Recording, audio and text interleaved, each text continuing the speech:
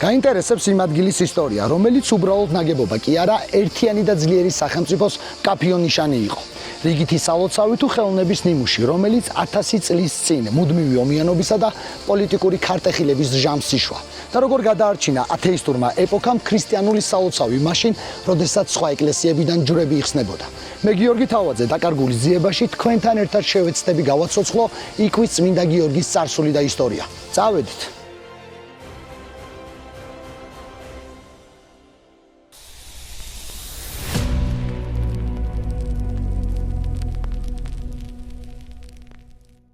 მოგესალმებით, მე გახლავართ გიორგი თავაძე, რაც ნიშნავს იმას, რომ თქვენ უყურებთ დაკარგული ძიებას. აგერ ტრადიციულად ჩემი ოპერატორი ზაზა ადგილზეა, გოგაც გზაშია და წუთზე ყველანი ერთად ვიქნებით და დავიძროებით კასპის მუნიციპალიტეტის მიმართულებით, სადაც უნდა მოვიაროთ საკმაოდ ისტორიული ხეობები და შესაბამისად დავგვხვდება და გადავიღებთ ისტორიულ ძეგლებსაც. დანარჩენს კი უკვე ყველაფერს გზა და გზა გაგაცნობთ. წავედით. შეიძლება ითქვას, რომ დილიდან უკვე გაუსაძლისი სიცხეა თბილისში და საკმაოდ კარგ დროს ტოვებთ ჩვენს დედაქალაქს. გეტყვით, რომ ხეობა, რომლისკენაც მივემართებით, შიდა ქართლში, საკმაოდ გრილი და თვალწარმტაცი სანახაობაა, მაგრამ ამავდროულად რთული გზა გვენის. ახლა რო გაგიმხილოთ ერთი რაღაცა, საქმე არის შემდგომში. ვინ ჩემს არხს დაკარგული ძიებამდე თვალს ადევნებდით, გემახსოვრებათ, რომ მქონდა ესეთი პროექტი ისტორიული ეპიზოდები ქართლიდან. სწორედ ამ პროექტის ფარგლებში მე მქონდა მცდელობა დაახლოებით 3-4 თვის წინ ავსულიყავი იმ ძეგლამდე, სადაც ახლა მივემართებით და მომემზადებინა ისტორიული სიუჟეტი. მაგრამ შუა გზაში თუ არა 80% მქონდა გავლილი.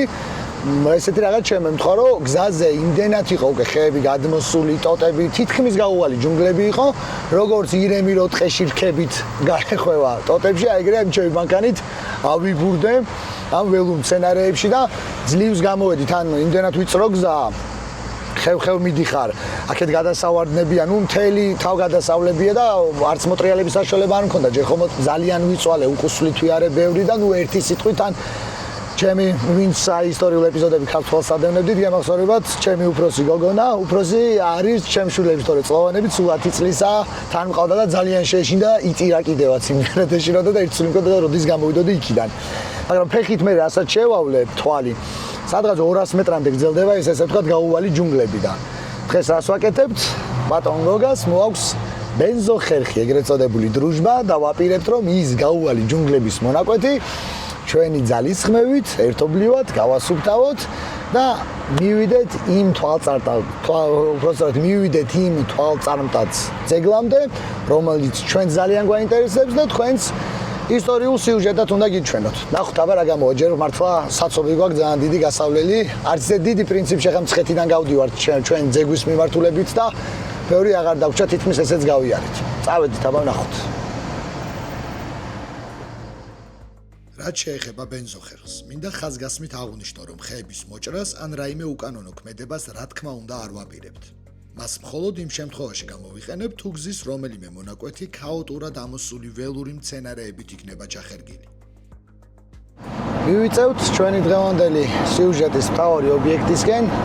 აგერ ჩვენგან მარცხნივ არის ხეკორძულას ხეობა, წინ კი მალე სადღაც დაახლოებით 20-25 წუთში უკვე თეძმის ხეობას მივახლოვდებით და თეძმის ხეობის და მდინარე თეძმის ერთ-ერთი შენაკადია შაბწყალა, მდინარე შაბწყალა და სწორედ შაბწყალას ხეობაშია ის ქრისტიანული ხუროთმოძღვრების ძეგლი, რომელთან მისვლად საკმაოდ რთულია და დღეს აი ამ პრობლემას მოვაგვარებთ ერთხელ და სამუდამოდ. ყოველ შემთხვევაში დიდი იმედი გვაქვს. თავს ქართლის გაშლილი მინდვრების სქერით ვირთობთ, სადაც ოქროსფერი თივის მრგვალი პრესებია ჩამწყრივებული. ხედი საოცარია, მაგრამ ექსპედიციის ყველა წევრს ერთი სული გვაქვს, როდის მივალთ იმ გადასახვევამდე, საიდანაც ტყით დაფარულ შაბწყალას ხეობაში უნდა შევიჭრათ. ამასობაში გადავედით გრუნტიანი გზაზე. თერგზოვა არ დაწყებულა, აქ გზა რემონტია და ამიტომაც არის ასე ვთქვათ მოსწორებული გრუნტიანი. მაგრამ ცოტა ხანში უკვე გადაუხვევთ შაბწყალას ხეობისკენ. სადაც უკვე დაიწყება მოგვიწევს ასე ვთქვათ ტყით დაფარულ ზონაში სიარული. ჯერ უნდა ავიდეთ ესეთი ნასოფლარია დიდი იკვიქია და შემდეგ სიმაღლეზე ავდივართ და იმ სიმაღლიდან მეგრედ ჩავდივართ ხევ ამ ნასოფლარსაც იკვიქია მე მგონი პატარა იკვი თუ არ ვწდები და ნუ ტაძარს სადაც ჩვენ მიდივართ გაგიმხელთ რომ თქვია იკვის ანუ ნასოფლარიდან გამომდინარე იკვის წმინდა გიორგის სახელობის ტაძარი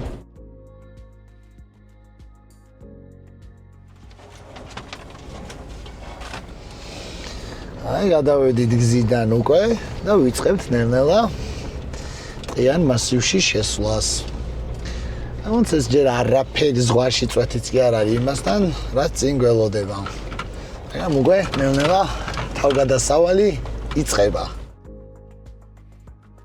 ახლა ჩვენი მთავარი ამოცანაა შვიდად და უღელვებლად ტყეს აღმაუყვეთ და მივახციოთ იმ ადგილამდე სადაც უნიკალური არქიტექტურის მქონე წმინდა გიორგის გუმბათოვანი ტაძარი დგას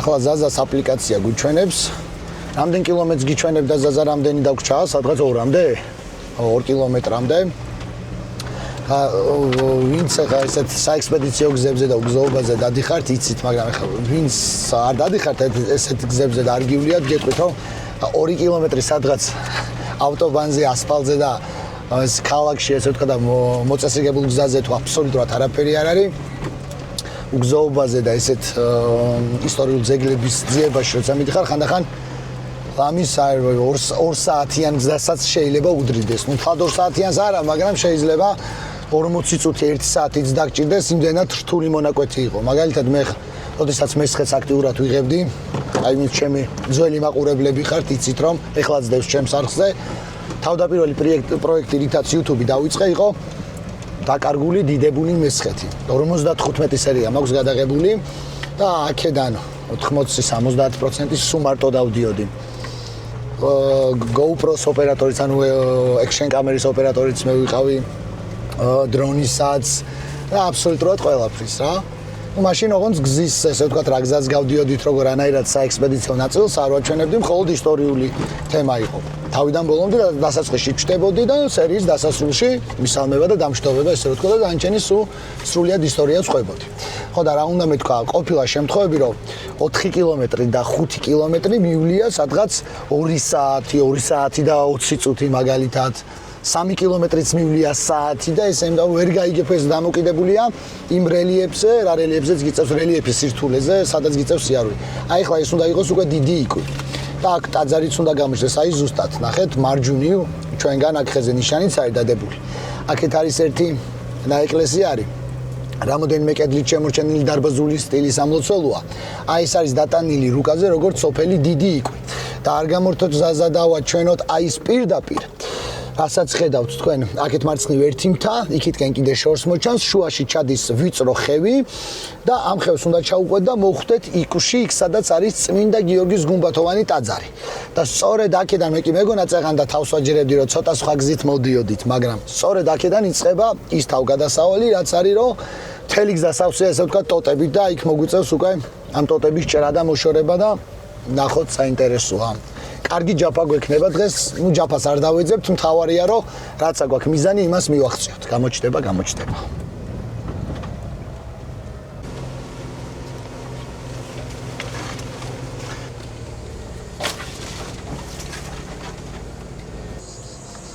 აი ვიწყებთ იმ გზაზე დაშვებას, რომ ძალიან მიყვარს ადამიანს, რომელიც მანქანას ზედმეტად უფრთხილდები. ჯერ ისეთი სიხშირით არ არის. ტოტები გადმოსული გზაზე და ხეები, მაგრამ მოიმატებს.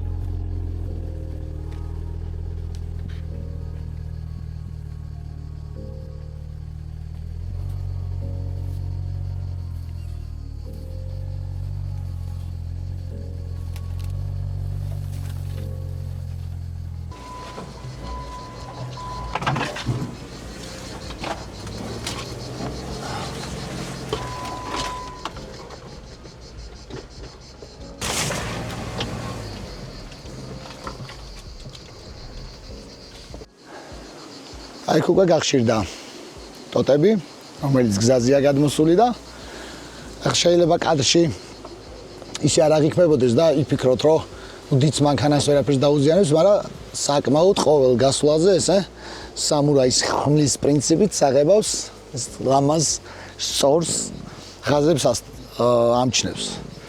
ამიტომ ჯობია ბენზო ხერხი ამოვქოქოთ. კოგაც ვაჩვენოთ ხალხს, არ დალაპარაკებია, უბრალოდ შორიდან გამოჩნდა დღეს მთელი ექსპედიციაა. ესე იგი, გოგა ბატონი ამტკიცებს, რომ ამას დიდი არაფერი არ უნდა ჩვეულებრივად მანქანებით გავივლითო და როგორც ჩანს ჩვენ იქით ფეხითაც ვიყავით გასულები და ბევრი ჩამოტეხილია და ვიღაცებს გვერდზეც აქვთ გადაყრილი. როგორც ჩანს, იგივე პრობლემის წინაშე აღმოჩნდნენ და უმუშავიათ, არა? ნამდვილად ეგრეა. ყოვა იყვნენ ჩვენამდე აქ ამოსულები და ცოტა მოაწეს. უნდა კანონის დაცვით პატარ-პატარა რაღაც შეფერხებები დახვდათ და მაინც გაწმინდეს გზა შედარებით. ზე რა სიტყვი, ხო საინტერესო ადგილი ჩანს, ყოველ შემთხვევაში რაც გამოვიარეთ. ადგილი საკმაოდ საინტერესოა და აქედან გამომდინარე ცოტა რთულიც კიდევაც, მაგრამ დანიშნულების ადგილამდე მაინც ბევრი აღარც დაგვრჩა წესით. მივალთ აუცილებლად. სადღაც კილომეტრამდეა ზაზა წეგან აპლიკაციაზე რომ უყურებდა და მე მაშინ რომ ვერავედი რომ გიყვებოდი. აი სადღაც 1.50 მეტრში კიდე მდელოსავით გავდივარ და მე ვეშვებით და იმ დაშვებიდან უკვე მალევია ჩანდა მაშინ კიდევაც უბრალოდ ჩვენი ნატალი აღარ შეეძლო ტირილი დაიწყო შეეშინდა და მაშინ ვერ გადავიდა. ხო, აი ცოტა კურიოზულ ამბავსაც ჩავრთავ ახლა ის 1 კილომეტრი მე კარგად მახსოვს წინა გასვლებიდან. აქედან გამომდინარე თქვენ ბატონო გიორგი თუ 1 კილომეტრს როგორც მაშინდელი თუ საზღვრავდით აქაც თუ იგივე სიტუაცია მაშინ მე მირჩევნიო კაცობით ანაკ დაგელოდო. ნუ რა თქვა ანაკ დაგელოდოთ ყველაზე კაი ვარიანტი. თქვენ ბატონო ზაზარას ბრძანებთ ჩვენი ოპერატორი ესე იგი თქვენი კურიოზის მახსოვს. აუ როგორ არა გამიშველეო და მეც ვერ გშვენოდი. როგორ არა გვაქვს აღბეჭდი. აი კურიოზი იყო ხალხო კარგი, მაგრამ სამწუხარო ის არის რომ ვერც ერთმა ხელში ასე ვთქვათ ვერც ტელეფონი, ვერც კამერა ვერ მოვიმარჯვეთ რომ აი ეს ყველაფერი ის შთაბეჭდილება და ის კურიოზი რომ დაგვეფიქსირებინა რა. არ დაიქნებოდა ფანტასტიკი. არა, სასწაული. თან ვერც წარმოიდგენენ სიტყვით იმას მარტო როგორ შეიძლება 2 მეტრიანი კაციდან მარტო თავი ჩანდეს ისიც ჩუბლის ნაწილი. ხო. თან მე მიხვეწება რომ მიშველეო და მე თვითონაც ჩავარდნილი ვიყავი. აი ეს ხალხო არა უშავს ხდება ხოლმე. მაგრაანიდან არის, ვინც ჩვენ გვიყურებთ, კი მიხვდებოდით და კი გემახსოვრებათ. დევს კიდევაც სერიათ, ვინც არ იცით, შეგიძლიათ უყუროთ, ორჯერ ვიწვალეთ მაგრაანის შესვლაზე, ბოლოს მაინც მივაგენით და ეს საექსპედიციო ნაწილიც არის ჩვენი წვალება და ტანჯვა და შემდეგ სასიამოვნო დამთავრებული ეს ტანჯვა წამებად სერიათ უკვე რა. ნამდვილად სასიამოვნო დამთავრებული. გირჩევთ რომ უყუროთ ვინც არ იციან. მაინც მიუხედავთ იმისა რომ ზაზას ჩავარდნა არ არის, მაინც გაერთობიან, არა? კი. გავაგრძელოთ გზა. გავაგრძელოთ. წავითით. ზაზას აპლიკაციის დასახელებული და ჩემი ნავარაუდები 1 კილომეტრის სიზუსტეზე რა გითხრათ. მაგრამ ფაქტია, რომ გარკვეული მანძილის შემდეგ გზას ისევ მცენარეები ფარავს. თუმცა ახლა გაკაფვას არავინ აღარ ვცდილობ და პირდაპირ ავტომობილებით გადავდივართ შეტევაზე. მეორედ დანებებას ნამდვილად არ ვაპირებ, ასე რომ წინ იკვის წმინდა გიორგისკენ. ცოტა მარცხნივ შენსკენ.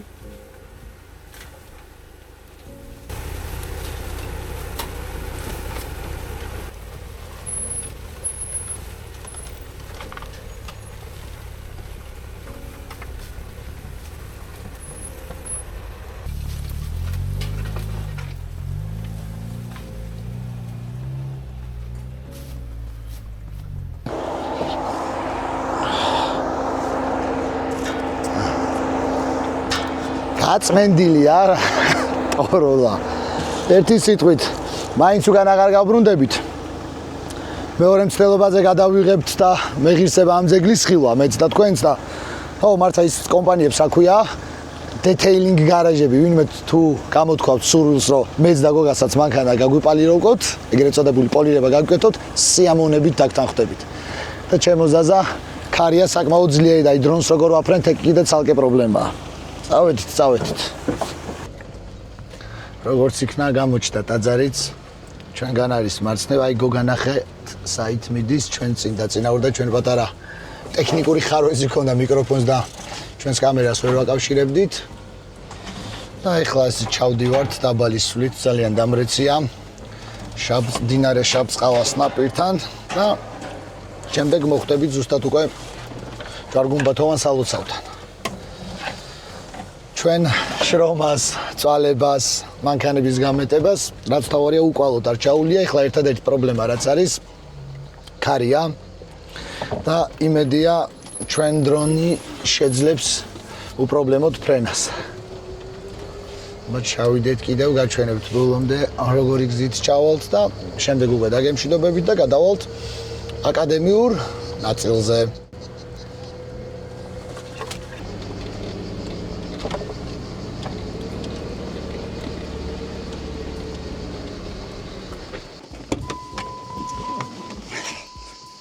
ესე იგი დამთავრდა ჩვენი ტანჯვა წამება, ეს კარგი გაგებით ბჭყალებში ტანჯვა წამება. მოვადექით იკვის წმინდა გიორგისაც. რა სიტყვით გოგა ბატონო? მშვენიერი გზა გამოვიარეთ, მშვენიერ ღირსშესანიშნავ ისტორიულ ადგილამდე მოვედით, მშვიდობით. ბატონ ზაზასთან ერთად, ჩვენ ოპერატორთან ერთად, ბატონი გიორგი და დანარჩენს ყველაფერს აღწერს.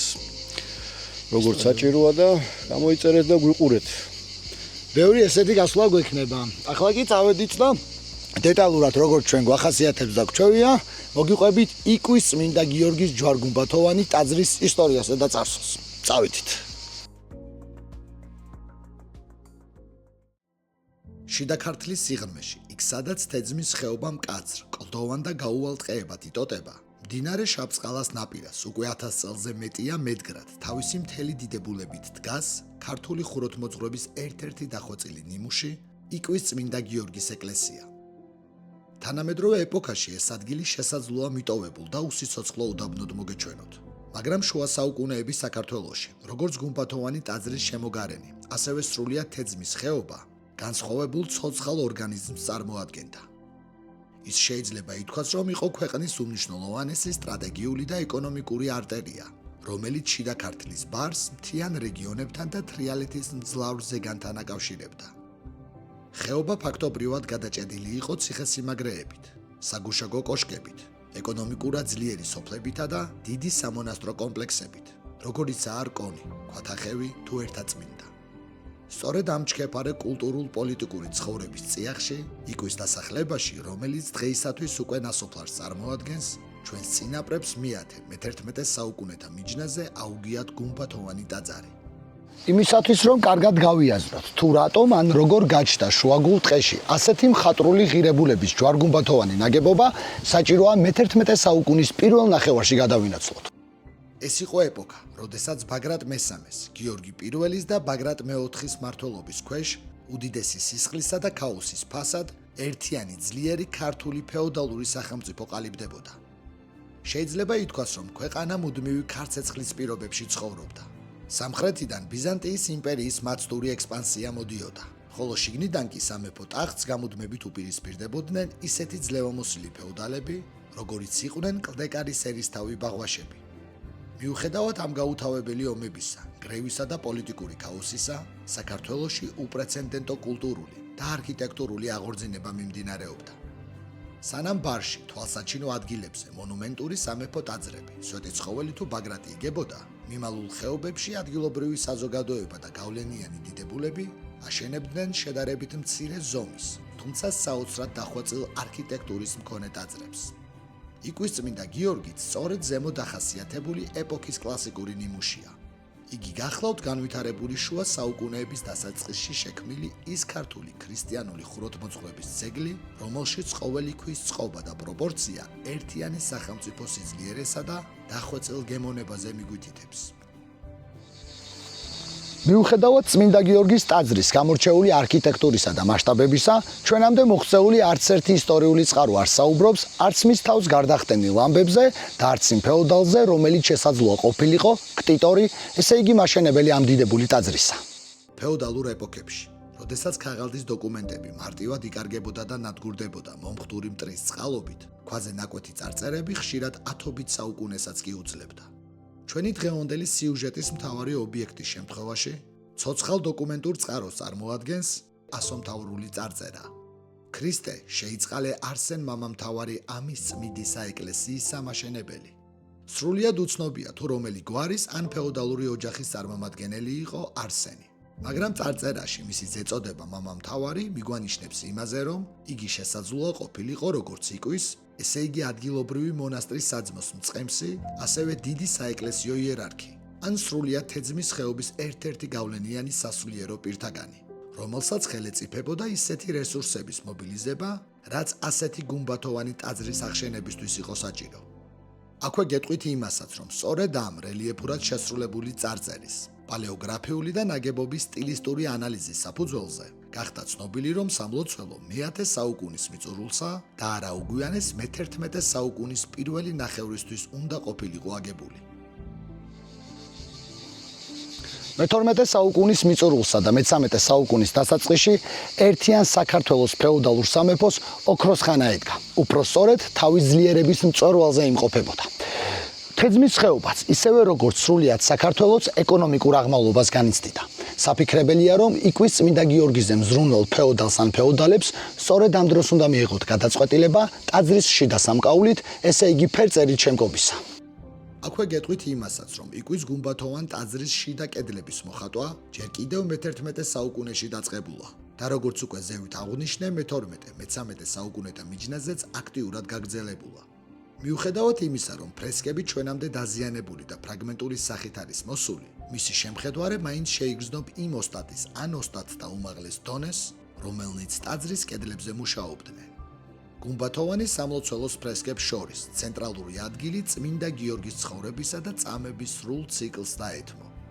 ეს იკონოგრაფია არ არის შემთხვევითი. განვითარებული შუა საუკუნეების ქართული სახელმწიფოებრივი და სამხედრო იდეოლოგიით წმინდა გიორგის სამეფოს ლაშქრის მთავარ მფარველად, წინამძღოლად და გამარჯვების აბსოლუტურ სიმბოლოდ მიიჩნეოდა. ქართველთა მფარველი, მეომარი წმინდანის წამებისა და სასწაულების ფრესკული ასახვა ეკლესიის კედელზე თეძმის ხეობის სტრატეგიულ კონტექსტს იდეალურად პასუხობდა.